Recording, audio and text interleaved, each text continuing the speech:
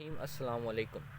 جہاں پہ لا قانونیت کی حدیں پار و انصاف کا معیار دوہرا ہو، جہاں پر چور لٹیرے ڈاکو حکمراں ہو، جہاں پر منشیات فروش تو حکمراں ہو، جہاں پر صانع ماڈل ٹاؤن کے ذمہ داران حکمران ہو، جہاں پر حق اور سچ کی آواز اٹھانے والوں کو قتل کر دیا جاتا ہو، یہاں پر حق اور سچ کی آواز اٹھانے والوں کو جیلوں میں ڈال دیا جاتا ہو، جہاں پر حق اور سچ کی آواز اٹھانے والوں کی آوازوں کو دبا دیا جاتا ہو، یہاں پر حق اور سچ کی آواز اٹھانے والوں کو تخت سے اتار دیا جاتا ہو، جہاں پر ملک و قوم کی محبوں کو تختہ دار پہ چڑھا دیا جاتا ہو، اس قوم اور ملک کا وہی حال ہوتا ہے جو اس وقت میرے ملک و قوم کا حال ہے۔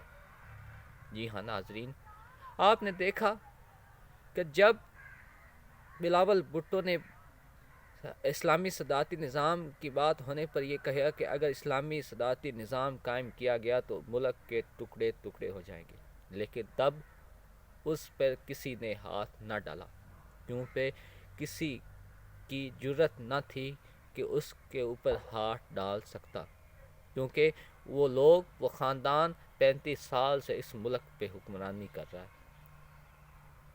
جب شریف خاندان کے اوپر مختلف مقدمات چوری ملک سے غداری ثابت ہو گئی، تب بھی کسی کی جرت نہ ہوئی کہ ان کے اوپر ہاتھ ڈالا جائے۔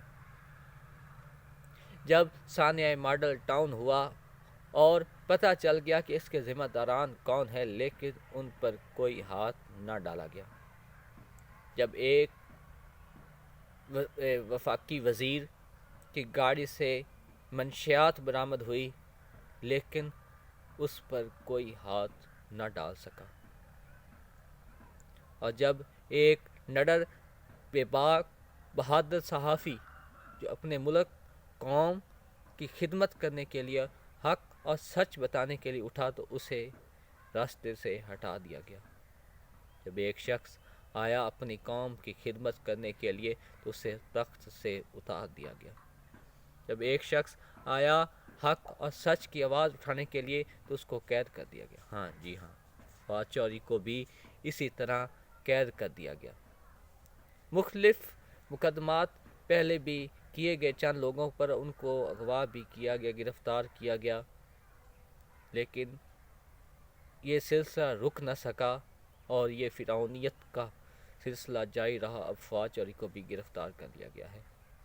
جب تک یہ قانون، یہ دوہرا معیار چلتا رہے گا، میرا ملک ایسے ہی رہے گا۔ والسلام۔